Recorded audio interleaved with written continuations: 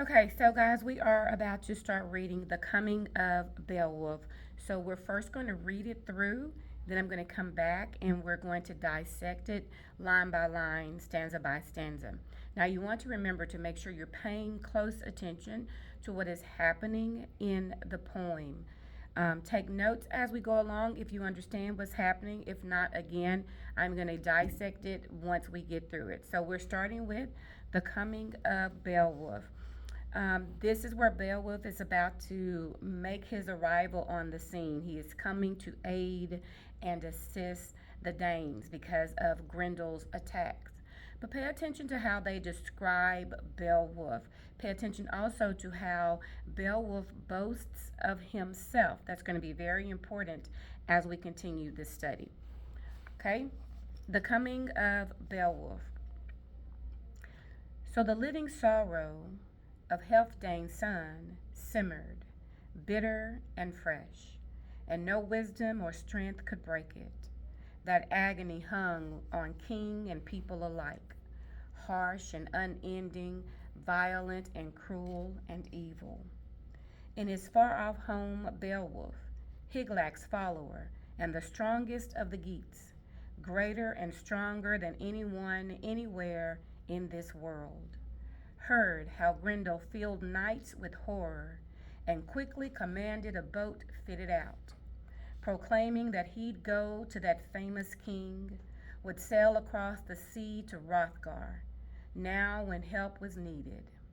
None of the wise ones regretted his going, much as he was loved by the Geats. The omens were good, and they urged the adventure on. So Beowulf chose the mightiest men he could find, the bravest and best of the Geats, 14 in all, and led them down to their boat.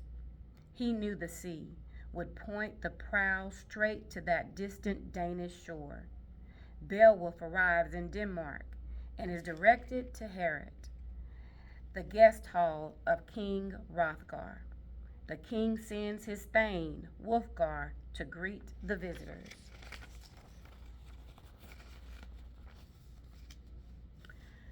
Then Wulfgar went to the door and addressed the waiting seafarers with soldiers' words. My lord, the great king of the Dane commands me to tell you that he knows of your noble birth, and that he having come to him from over the open sea, you have come bravely and are welcome. Now go to him as you are, in your armor and helmets, but leave your battle shields here and your spears. Let them lie waiting for the promises your words may make. Beowulf arose, with his men around him, ordering a few to remain with their weapons, leading the others quickly along under Herod's steep roof into Hrothgar's presence. Standing on that prince's own hearth, helmeted, the silvery metal of his mail shirt gleaming with the smith's high art, he greeted the Danes' great lord. Hail, Hrothgar! Hygelac is my cousin and my king. The days of my youth have been filled with glory. Now Grendel's name has echoed in our land. Sailors have brought us stories of Herod, the best of all mead halls, deserted and useless when the moon hangs in skies the sun had lit, light and life fleeing together. My people have said, the wisest, most knowing, and best of them, that my duty was to go to the Danes, great king. They have seen my strength for themselves, have watched me rise from the darkness of war, dripping with my enemy's blood. I drove 5 great giants into chains, chased all of that race from the earth. I swam in the blackness of night, hunting monsters out of the ocean and killing them one by one. Death was my errand and the fate they had earned. Now Grendel and I are called together, and I've come. Grant me then, Lord and protector of this noble place, a single request. I have come so far, or sheltered of warriors and your people's loved friend, that this one favor you should not refuse me, that I alone, and with the help of my men, may purge all evil from this hall. I have heard, too, that the monster's scorn of men is so great that he needs no weapons and fears none. Nor will I, my lord Higelac, might think less of me if I led my sword, go where my feet were afraid to. If I hid behind some broad linen shield, my hands alone shall fight for me, struggle for life against the monster. God must decide who will be given the death's cold grip. Grendel's plan, I think will be what it has been before, to invade this hall and gorge his belly with our bodies, if he can, if he can. And I think if my time will have come, there'll be nothing to mourn over, no corpse to prepare for its grave. Grendel will carry our bloody flesh to the moors, crunch on our bones, and smear torn scraps of our skin on the walls of his den. No, I expect no Danes will fret about sewing our shrouds if he wins. And if death does take me, send the hammered mail of my armor to Higelac. Return the inheritance I had from Hrethel, and he from Wayland. Fate will unwind as it must.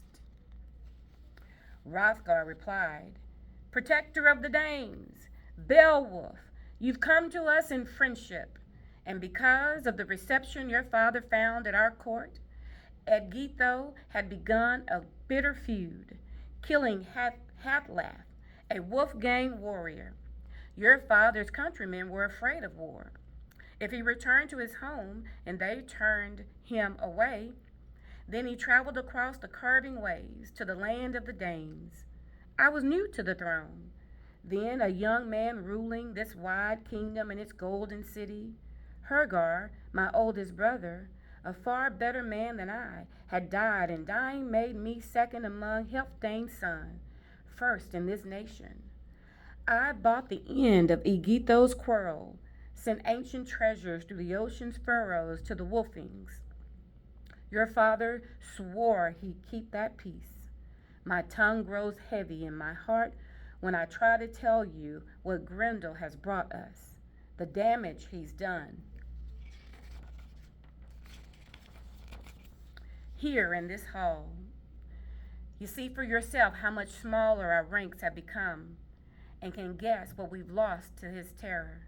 Surely the Lord Almighty could stop his madness, smother his lust. How many times have my men, glowing with courage, drawn from too many cups of ale, sworn to stay after dark, and stem that horror with the sweep of their swords. And then, in the morning, this mead hall, glittering with new light, would be drenched with blood. The benches stained red, the floors all wet from that fiend's savage assault, and my soldiers would be fewer still, death taken more and more.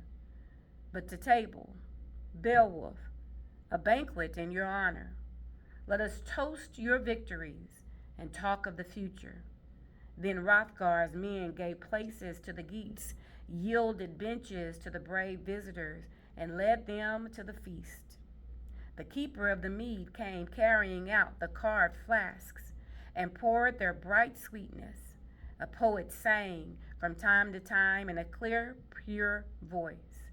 Danes and visiting Geats celebrated as one, drank and rejoiced.